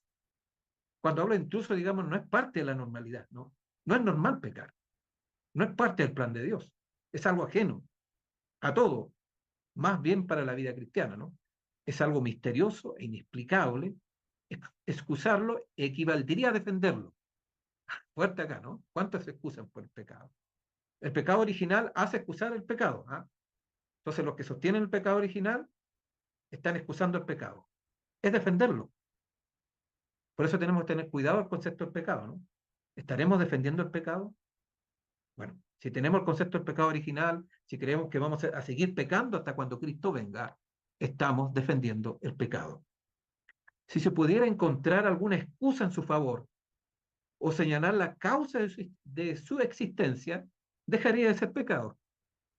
Y acá viene el punto importante que tiene que ver con una de las preguntas que formulamos inicialmente. Dice, la única definición del pecado es la que da la palabra de Dios. Noten acá que le falla, ¿a dónde va? Ella da la definición, no dice, lo que da la palabra de Dios. ¿Qué dice la palabra de Dios? El pecado es transgresión de la ley. Es la manifestación exterior de un principio en pugna con la gran ley de amor que es el fundamento del gobierno divino. Entonces, es importante, ¿no? La única definición, dice acá. Acá no está hablando una de las definiciones, dice, la única definición la encontramos en 1 Juan 3:4. El pecado es transgresión de la ley. Entonces acá no entra que el pecado está en mi naturaleza, que el pecado está en mi ADN, o una entidad rara, bueno, cualquier otra forma que intenten realmente ver que el pecado siempre está en relación con la ley de Dios. Por eso es importante la ley. Noten ustedes que ayer vimos dentro de la teología de la última generación y dentro del corazón mismo también del mensaje adventista, la ley de Dios es fundamental, porque tiene que ver con el carácter de Dios. La ley y Cristo es una sola cosa, recuerden ustedes, están fusionados, la ley y el evangelio es una sola cosa, también lo atestigua el Espíritu de profecía. Entonces, por eso obviamente que la única forma de entender el pecado, obviamente el pecado surge porque se transgredió la ley de Dios. Entonces, cualquier definición que omita, ignore, soslaye la ley de Dios es un concepto errado y equivocado. Por eso el concepto del pecado original soslaya, ¿no? Omite, ignora la ley de Dios. Y obviamente, porque obviamente los proponentes del pecado original son anti-ley, pues los evangélicos no son proponentes de la ley de Dios, no entienden la ley, los católicos menos. Ellos tienen su propia ley, no, pero no la ley de Dios. Entonces, pero obviamente nosotros como pueblo adventista, ¿por qué y acá uno entiende por qué los pioneros y los cuales no trabajaron con el concepto del pecado original? Porque tenían claro el concepto de la ley de Dios que tiene que ver con el tema del santuario celestial, con el lugar santísimo, porque la ley de Dios, ¿dónde está? Está en el arca, ¿no? El arca del pacto. Y está en el lugar santísimo donde ahora Cristo está intercediendo por nosotros. Entonces, si nosotros hemos entrado al lugar santísimo junto con Cristo, no podemos sostener el pecado original, porque la ley hace imposible sostener esa idea. Porque la única forma cuando la ley y el arca del pacto y el lugar santísimo me ilumina, me hace ver entonces que el pecado es la transgresión de la ley de Dios. Ninguna otra cosa más. Por eso, obviamente, Ellen White como profetiza del Señor, iluminada por el santuario celestial, iluminada por la gracia, dice que el Señor la ilumina y verifica. Y tampoco está inventando nada nuevo, dice no. Ahí verifica, noten ustedes que el ministerio del don profético siempre ha sido correctivo, dice, nos corrige, dice, apunten allá, no se vayan a otras definiciones. La única definición es el pecado es transgresión de la ley, no otra cosa. Así que los otros aspectos están de más. ¿Y qué es lo que nos hacen? Nos hacen desviar y alterar la comprensión de la salvación. Y es por eso que obviamente tenemos comprensiones muy diferentes dentro de la iglesia con respecto a cómo nos salvamos, porque no tenemos claro el pecado. Bueno, y hay un aspecto importante, ¿no? Esto lo voy a leer, este primer párrafo completo, porque nosotros trabajamos en las iglesias, viene en campaña evangelística, a veces no tenemos claro el tema, digamos, bautismal. Dice, los candidatos para el bautismo necesitan, dice, una preparación cabal. Necesitan ser instruidos más fielmente de lo que generalmente se los ha instruido. Los principios de la vida cristiana deben ser presentados claramente a los recién venidos a la verdad. Nadie puede depender de una profesión de fe como prueba de que tienen una relación salvadora con Cristo. No hemos de decir solamente yo creo, sino practicar la verdad. Eso es santificación, lo que estuvimos viendo ayer. Conformándonos a la voluntad de Dios en nuestras palabras, nuestro comportamiento y carácter. Es como comprobamos nuestra relación con Él. Cuando quiera que uno renuncie al pecado, y acá, ¿qué es lo que dice el pecado? Otra vez dice, es la transgresión de la ley, su vida será puesta en conformidad con la ley, en perfecta obediencia. Esta es la obra del Espíritu Santo. Entonces, la luz de la palabra estudiada cuidadosamente, la voz de la conciencia, la súplica del Espíritu producen en el corazón verdadero amor a Cristo, quien dio como sacrificio completo para redimir toda la persona, el cuerpo, el alma y el espíritu. Y el amor se manifiesta por la obediencia. Nadie puede decir yo tengo harto amor a Dios y soy desobediente a la ley de Dios. No sé. O sea, el amor me lleva a la obediencia sí o sí. La línea de demarcación será clara entre los que aman a Dios y guardan sus mandamientos y aquellos que no le aman y desprecian sus preceptos. Satanás quiere que nadie vea la necesidad de una completa entrega a Dios. cuando el alma no hace esta entrega, no abandona el pecado. O sea, no podemos decir yo me entrego al Señor y no abandono el pecado. Dice, se abandona el pecado, esa es la evidencia. Los apetitos y las pasiones luchan por el predominio. ¿Los apetitos y pasiones son pecados? No. Esas son las indicaciones. Ya que estamos hablando acá de la naturaleza caída, parte de nuestra naturaleza caída se manifiesta ¿con qué? Con los apetitos y con las pasiones, dice, luchan por el predominio. Las tentaciones confunden la conciencia, las tentaciones tampoco son pecados. Porque si fuera pecado, Cristo hubiese sido un pecador, porque Cristo fue tentado. Y la Escritura dice que Cristo no pecó. De manera que la verdadera conversión, dice, no se realiza. Si todos tuviesen un concepto del conflicto que cada alma debe sostener con los agentes satánicos que están tratando de entrampar, seducir y engañar, habría una labor dirigente mucho mayor en favor de los que son jóvenes en la fe. Bueno, interesante acá obviamente que, bueno, esto está hablando acá de los catecúmenos, de los candidatos, dice, deben ser guardadores de la ley de Dios y deben dejar de pecar, dice el pecado que es lo que es transgresión de la ley. Y a veces nos enseñamos eso, y a veces estamos dando estudios bíblicos y le estamos enseñando a los catecúmenos el pecado original. Y ya obviamente que le estamos abriendo la puerta para que obviamente se conviertan intelectualmente, pero digamos su vida siga siendo una vida secular, una vida mundana. Y eso está pasando mucho también dentro de nuestra iglesia, las con falsas conversiones, porque son falsas conversiones. Las personas no se están entregando plenamente al Señor, aceptan, levantan su mano, son bautizados, pero su vida, digamos, no ha sido transformada y cambiada. Y eso, ¿cómo podemos ver que somos transformados? Con nuestro estilo de vida. Nuestro estilo de vida delata obviamente en qué situación estamos frente a ese punto. Bueno, vamos a ver otro aspecto. Nadie dice acá, se engaña a sí mismo creyendo que puede volverse santo mientras viole premeditadamente uno de estos preceptos divinos. Un pecado cometido deliberadamente acalla la voz atestiguadora del Espíritu y separa al alma de Dios. Y acá otra vez en la misma dirección dice, el pecado es transgresión de la ley. Y todo aquel que peca, dice, transgrede la ley, no le ha visto ni le ha conocido. Primera de Juan 3:6, ¿no? Aunque San Juan habla mucho del amor en su epístola, no vacila en poner de manifiesto el verdadero carácter de esa clase de personas que pretenden ser santificadas y seguir transgrediendo la ley de Dios. Eso se ve mucho dentro del ambiente cristiano evangélico, ¿no? Hablar justamente en esos términos, pero muy lejano de lo que es la realidad. Bueno, dice acá, ¿no? El que dice yo le conozco y no guarda sus mandamientos es mentiroso. Y la verdad no está en él, más el que guarda su palabra, verdaderamente en este se ha perfeccionado el amor de Dios. Esta es la piedra de toque de toda profesión de fe. No podemos reconocer como santo a ningún hombre sin haberle comparado primero con la sola regla de santidad que Dios haya dado en el cielo y en la tierra. Si los hombres no sienten el peso de la ley moral, si se empequeñecen y tienen en poco los preceptos de Dios, si violan el menor de estos mandamientos y así enseñan a los hombres, no serán estimados ante el cielo. Y podemos estar seguros que sus pretensiones no tienen fundamento alguno. Bueno, ahí uno puede ver entonces que el pecado no tiene que ver con la naturaleza, pero sí con la influencia. Hay algunos textos también del Espíritu Profecía que dice que el poder de la influencia, Satanás es el creador del mal, se desvió de su lealtad a Dios, aquellos que persistieron en simpatizar con él, en su desafecto, fueron con él, dice, excluidos del cielo. El odio implacable contra Dios llena la mente de Satanás. Persistentemente ha usado su influencia para borrar de la familia humana la imagen de Dios y en su lugar para entrampar su propia imagen satánica. Su esfuerzo por engañar a nuestros primeros padres tuvo éxito. Esa imagen de Dios, la familia humana, perdió su inocencia, se convirtió en transgresora y como súbditos desleales comenzó su carrera descendente. Satanás ganó el control del poder de acción del hombre a través de los sentidos, dice, influyó en la mente.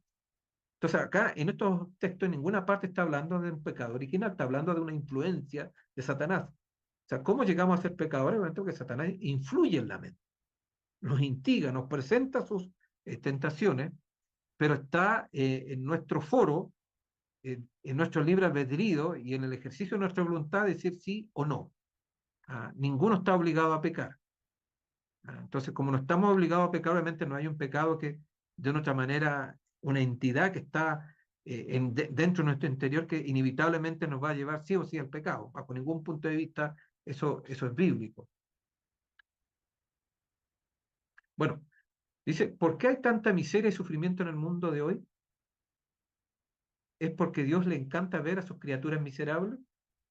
O no, dice, es porque los hábitos inmorales del hombre han debilitado sus poderes físicos, mentales y morales.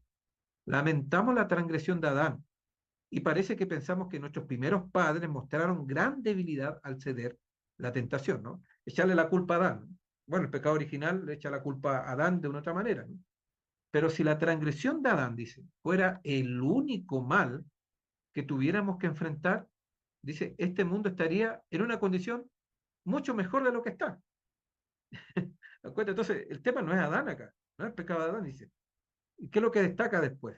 La responsabilidad personal posterior, dice, ha habido una sucesión de caídas desde los días de Adán. Entonces no se trata de la caída de Adán, se trata de las caídas sucesivas de los seres humanos. Por eso, digamos, cada generación está más debilitada, pero esas son caídas, digamos, producto del ejercicio del libre albedrío. Entonces, acá realmente no somos pecadores en Adán bajo ningún punto de vista, porque después ya destaca, digamos, el Adán, si fuera por Adán, nuestra condición estaría mucho mejor. Así que si nuestra naturaleza está tan debilitada, no es por culpa de Adán, dice, es porque han habido una sucesión de caídas posteriores. ¿Me cuenta? Entonces, ¿qué está hablando acá? Decisión tras decisión, posteriormente el ser humano ha tomado malas decisiones y por eso nuestra generación, nuestra última generación están debilitadas, pero no es por culpa de Adán. Otra vez acá echa por tierra el pecado original, o sea, no está en ningún punto de vista. Bueno, y el pecado original se construye sobre la base, se perfeccionó, o tuvo, digamos, un matiz protestante, porque el catolicismo tiene otra visión por sus rituales, por el bautismo, pero dentro del protestantismo, que es lo que nos interesa, porque ahí está el influjo y la comprensión actual dentro de la teología adventista, tiene que ver con Lutero, y Lutero propuso el justo y pecador al mismo tiempo, ¿no? En latín, simul justus et peccator, justo y pecador al mismo tiempo o a la vez.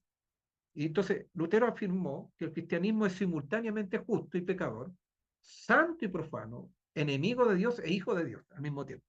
Una paradoja, ¿no? Un lenguaje paradójico que tiene que ver con la filosofía griega que está detrás de la teología de Lutero, ¿no? Eh, Obviamente hay una comprensión que no es bíblica, no podemos ser justos y pecadores, eso no es bíblico, pero es propio de las paradojas, de las contradicciones del pensamiento abstracto, del pensamiento griego, ¿no? Las dicotomías, las divisiones, las contradicciones, todos esos son aspectos propios, y bueno, y la intelectualidad y todos los teóricos intentan calcular las dicotomías, en eso consiste el pensamiento, pero no superarlas. Pero la escritura obviamente no entra con ese lenguaje, es un lenguaje que es pagano, un lenguaje que es filosófico. Entonces, en otras palabras, el pecador no sería transformado, sino que sería perdonado. A partir del momento en que es justificado, recibe un nuevo estatus legal delante de Dios, aunque todavía permanece pecador. Entonces, obviamente, en el cielo soy pecador, y acá en la tierra, porque hay una diferencia entre cielo y tierra, ¿no? Son dos cosas distintas. No hay una sincronización entre lo que sucede en el cielo acá en la tierra. Acá en la tierra pecadores, en el cielo soy justo. Es el punto. Pero ese no es el concepto bíblico. ¿Por qué viene esto? Por el concepto, bueno, el pecado original está en la misma relación también. Acá en la tierra siempre voy a ser un pecador, obviamente, porque he nacido como pecador y por culpa de Adán, simplificando el término. Y eso entonces me lleva a que mi única posibilidad de ser santo, de ser justo, es en el cielo. Pero, ¿cómo puedo hacerlo? Bueno, ¿por qué los evangélicos creen en esa posibilidad? Porque ellos creen en la inmortalidad del alma. Entonces, por eso es posible, pero nosotros como adventistas no creemos en la inmortalidad del alma. Entonces, acá nos encontramos con un serio problema. ¿Cómo podemos sostener el pecado original, ¿no? Y acá los teólogos adventistas han intentado, por eso las formulaciones distintas. Prácticamente no hay ningún adventista que conozca, inclusive hasta los liberales, que acepte, digamos, la inmortalidad del alma. Es quizás lo más unánime que tenemos como iglesia. El tema de la inmortalidad del alma no es un tema, digamos, en discusión. Es uno de los temas. Pero sostener la no inmortalidad del alma, no, obviamente, no me permite sostener el pecado original. Porque el pecado original, digamos, solamente se sostiene con la inmortalidad del alma. porque es una entidad que está, digamos, fuera de los alcances, no tiene que ver con el carácter. En cambio, los adventistas, el Señor nos entregó la revelación del carácter. La comprensión del hombre es a través del carácter, no a través del alma. Aunque Ellen White por ahí usa alma, pero ellos lo usa como sinónimo de carácter. Entonces, al tener un carácter, ya no entramos con un concepto del alma. Y obviamente el pecado lo entramos dentro de un contexto de comportamiento, de una acción y de elección. Cambia totalmente la ruta. Entonces, si nosotros hubiésemos trabajado, y los eruditos hubiesen tomado en serio el concepto del pecado, o sea, a la luz del carácter, el pecado original no hubiese estado en nuestras filas. No se puede sostener. Cuando tenemos claro el concepto del carácter, lo que implica el carácter, el pecado obviamente original ya no entra. El pecado entra ya como una acción, decisión, porque tiene que ver con lo que pensamos, con lo que hablamos, con lo que hacemos. Con nuestro diario vivir, con nuestra rutina, con lo que somos, con lo que pensamos. Eso constituye todo nuestro carácter. Y de ahí viene entonces esa declaración. Bueno, la resumen en realidad no es literal, pero ya se ha hecho, digamos, histórico. La mayoría, hasta los que creen el pecado original, yo les he escuchado decir, lo único que vamos a llevar al cielo es el carácter, ¿no? No sé si han escuchado. Es una frase que no es literal de lo que dice el Espíritu de Profecía, pero tiene asidero, porque están en mente, carácter y personalidad, pero es más amplia la cita. Y es cierto, lo único obviamente que vamos a rescatar acá en la tierra va a ser nuestro carácter. Porque el carácter obviamente tiene que ver con lo que somos, y el Señor, obviamente, cuando venga el juicio ya definitivo, estamos en el juicio investigador, Él va a evaluar nuestro carácter. Hay un registro en el cielo de nuestro carácter. En los libros, ¿qué se está registrando? Nuestro carácter. Entonces, acá el pecado original, ¿dónde entra? No entra. No tiene por dónde entrar el pecado original con el juicio investigador, con el carácter, ¿se da cuenta? Esas son cosas, no tiene dónde. ¿Dónde usted puede meter el pecado original si usted cree en el juicio investigador, no el juicio previo advenimiento? Juicio investigador, donde el Señor está examinando nuestra vida, donde se están registrando nuestros pecados y nuestras acciones, nuestros pensamientos. Entonces, ¿qué sentido tiene registrar mis pensamientos, mis acciones, si yo voy a seguir pecando hasta cuando Cristo venga? Voy a tener un registro negativo en el cielo. Y el juicio es por las obras, no es por las buenas intenciones, no es por las motivaciones. El Señor no está evaluando motivaciones, está evaluando nuestras acciones. Entonces, eso hace imposible también el pecado original, y por eso esta comprensión de Lutero y que se ha instalado dentro del adventismo no tiene justamente ni un asidero. Y por eso, obviamente, si entendemos esto, vamos a entender bien el tema de la naturaleza humana de Cristo y cómo la naturaleza humana de Cristo nos ayuda a entender mejor el tema del pecado. Eh, Porque Cristo tomó nuestra naturaleza humana, claro, todos aceptamos que Cristo es humano. Bueno, si tomó nuestra naturaleza humana, tomó el pecado original. Bueno, ahí los teólogos evangélicos y los adventistas que son adherentes al pecado original, no, pues no, Cristo no tomó obviamente no nació pecador. Hay una salvedad, porque obviamente Cristo en el fondo tomó y no tomó, que esa es la posición que se maneja actualmente. Algunas cosas sí y otras no. Una ambigüedad terrible. Bueno, hay algunos que son más directos y son prelapsarios, o sea, no tomó antes que Adán cayera. Esa es la naturaleza.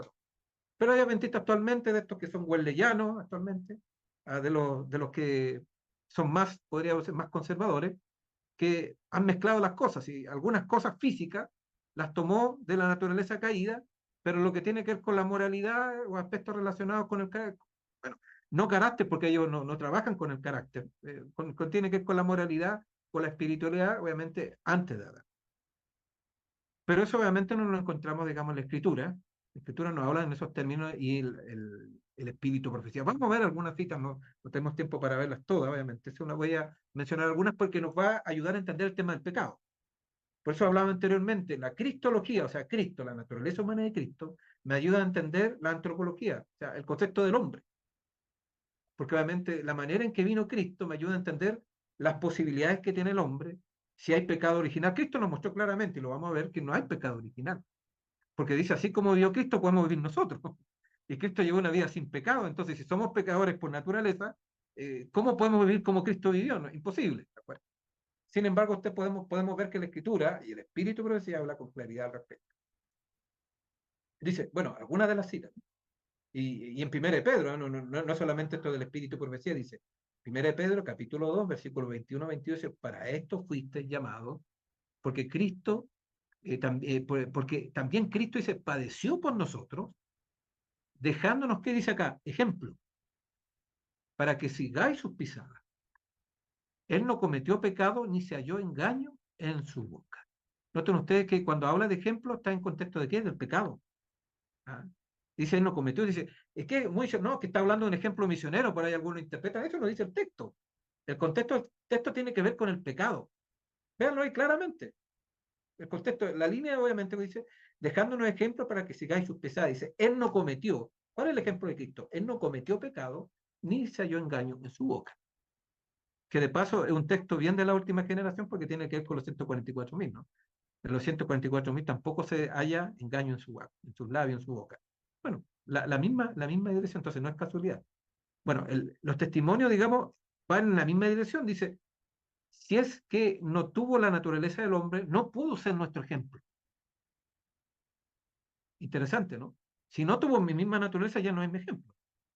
Si no hubiese sido participante de nuestra naturaleza, no habría podido ser tentado tal como lo ha sido el hombre. Si para él no hubiera sido posible ceder a la tentación, no habría podido ser nuestro ayudador. Su tentación y victoria nos dicen que la humanidad debe copiar el modelo. Por eso lo hablaba anteriormente. Con pecado original podemos copiar el modelo, no se puede copiar el modelo.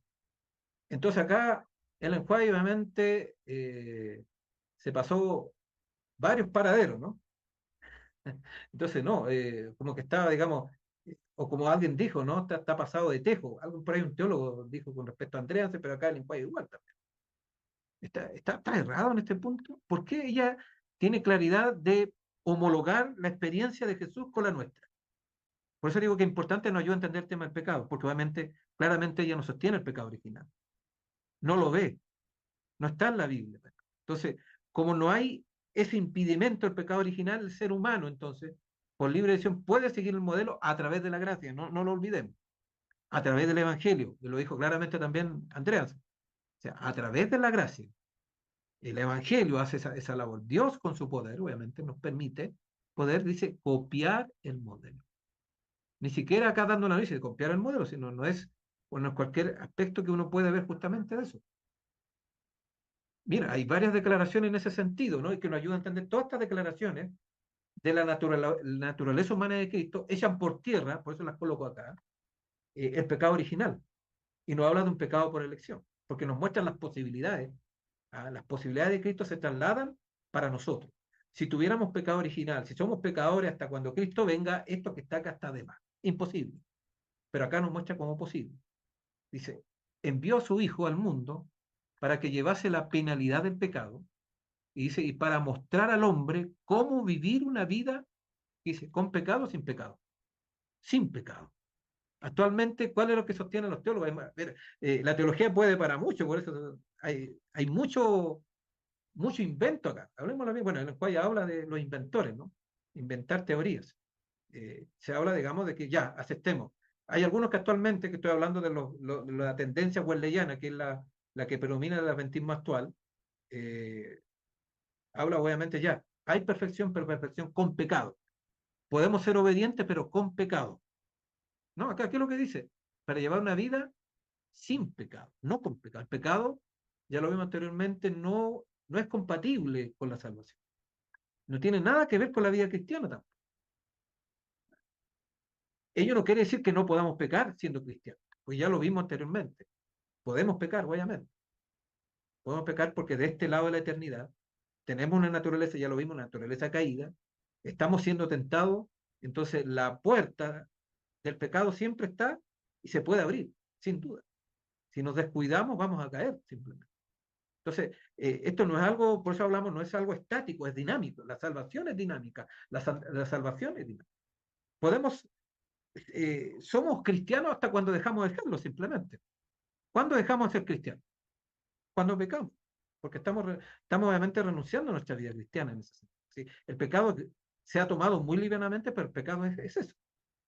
Vino a este mundo, otra declaración que también está en la review, vino a este mundo y vivió una vida sin pecado para que en su poder su pueblo pudiera también vivir vidas, otra vez, con pecado, sin pecado. Esa es la declaración, no una vida con pecado. Acá obediencia con pecado, santificación con pecado, perfección con pecado, eso no está revelado, no es de la inspiración.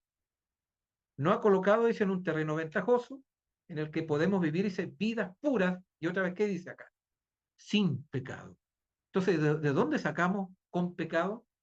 No está en la Biblia, no está en los testimonios del Espíritu Profecía. O sea, eso viene del hombre. Eso no es bíblico. Todo aquel que por fe obedece los mandamientos de Dios alcanzará la condición de impecabilidad en la que vivió Adán antes de su transgresión. Bueno, cuando habla acá de impecabilidad, no habla en un sentido estático. Está hablando, impecabilidad tiene obviamente de que no peca, no que no pueda pecar.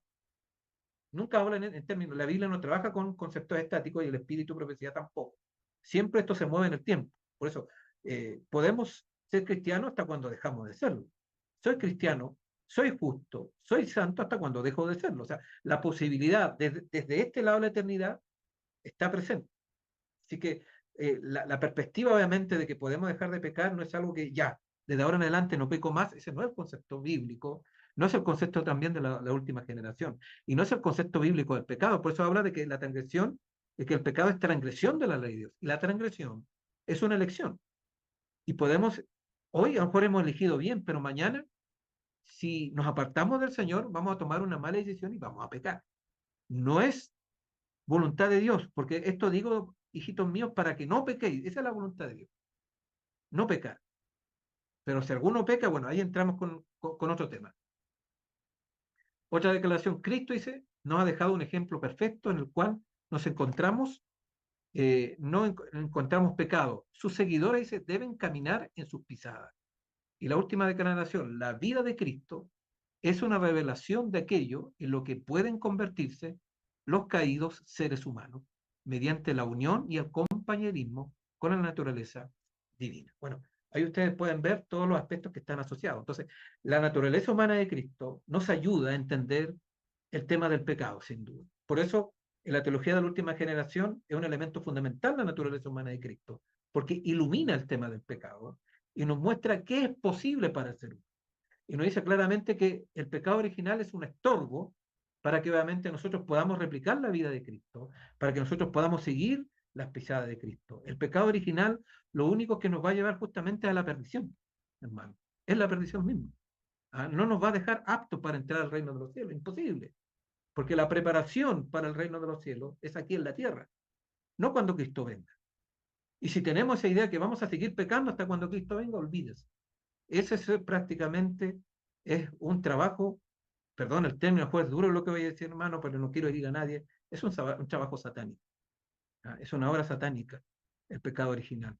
Saquémoslo de nuestra vida. Si hasta el momento tú tenías ese concepto, Dios tenga misericordia de nosotros como pueblo, por haber albergado esa aberración bíblica, y eso nos tiene estancados como pueblo de Dios, porque eso no nos permite arrepentirnos del pecado, no nos permite renunciar al pecado, no nos permite salir de la mundanalidad en que estamos viviendo como adventistas, porque todos estamos de otra manera con estas ideas. Entonces, nuestra condición actual como pueblo se debe justamente porque hemos aceptado esa idea del pecado original, del pecado parte de nuestra naturaleza, y no hemos entendido que la única definición la encontramos en 1 Juan 3:4. El pecado, o todo pecado, es transgresión de la ley de Dios.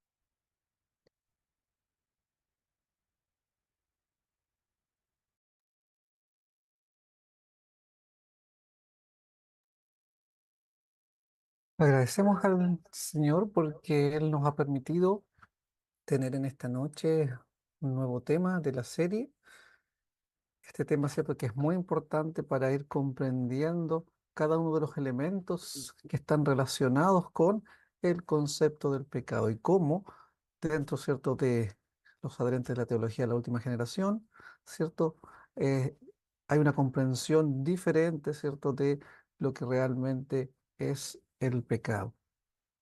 Y como decía nuestro hermano José Miguel, cierto, durante su exposición, vamos a seguir abriendo, cierto, este tema la próxima semana, cuando vamos a, cierto, recibir, cierto, la ponencia de nuestro hermano en relación a dos temas. El día viernes, 21 horas, vamos a tener el tema Teología de la última generación a la luz del santuario.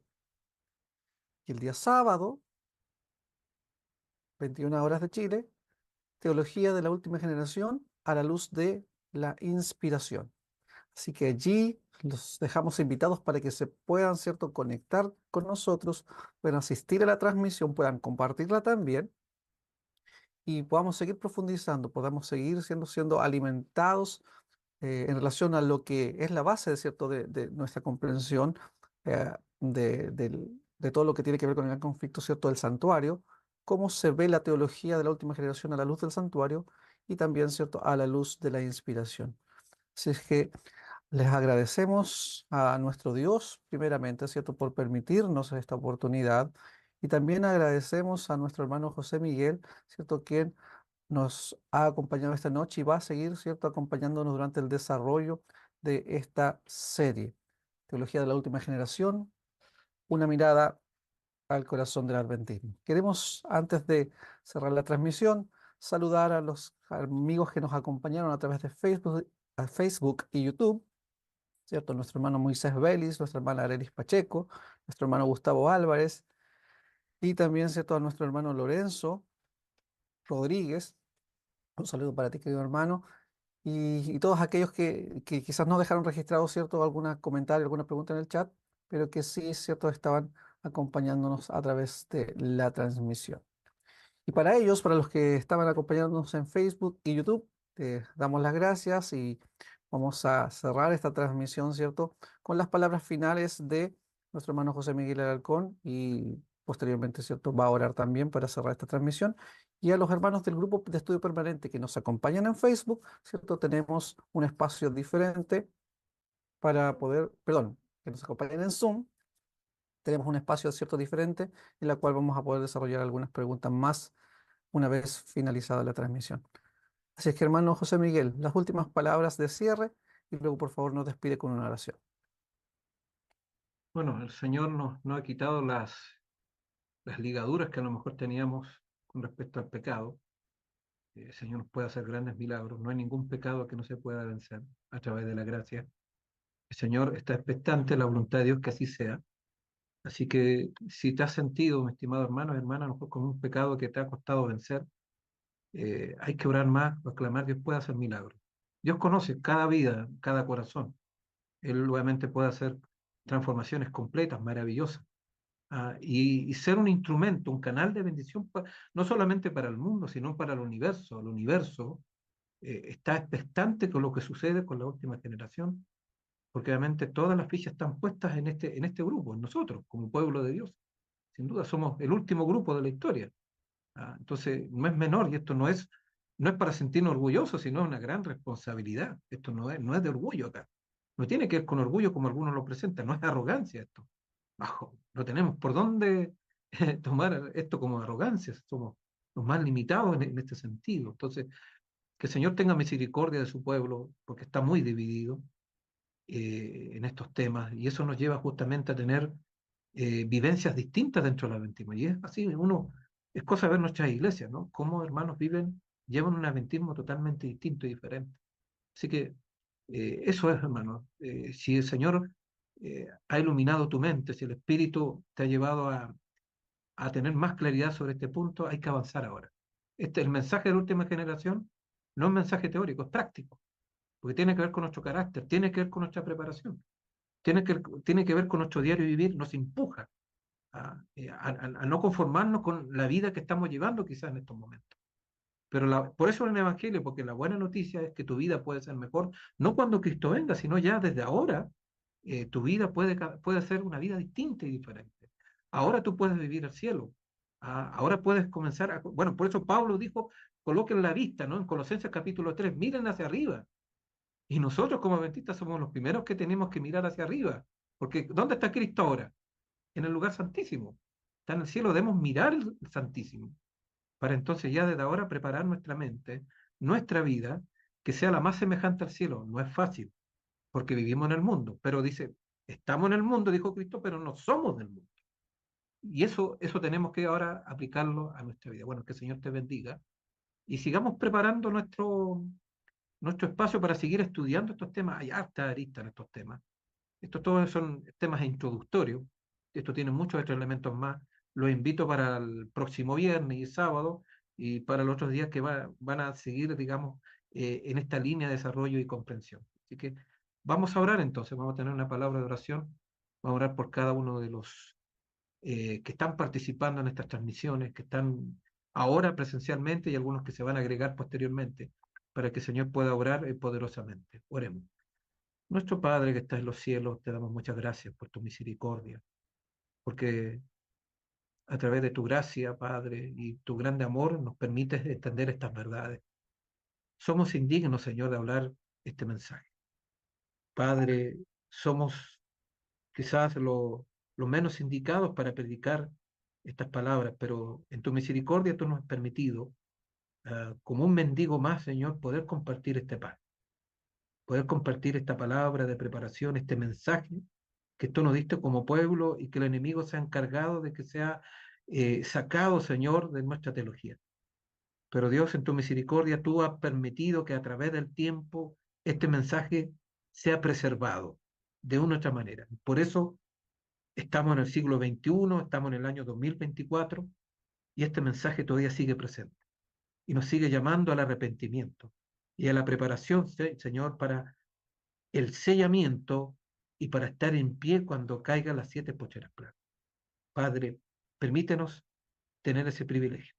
Y si no es así, Padre, aquellos que no logren llegar a ese momento, poder bajar, Señor, a la tumba en el mensaje del tercer año y ser parte de esa resurrección especial que tú nos has revelado como pueblo.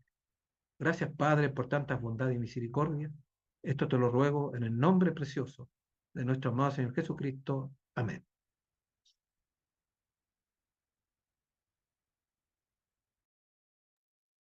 Que el Señor les bendiga y les esperamos la próxima semana para seguir profundizando en la teología de la última generación a través de una mirada al corazón del adventismo. Que el Señor les bendiga.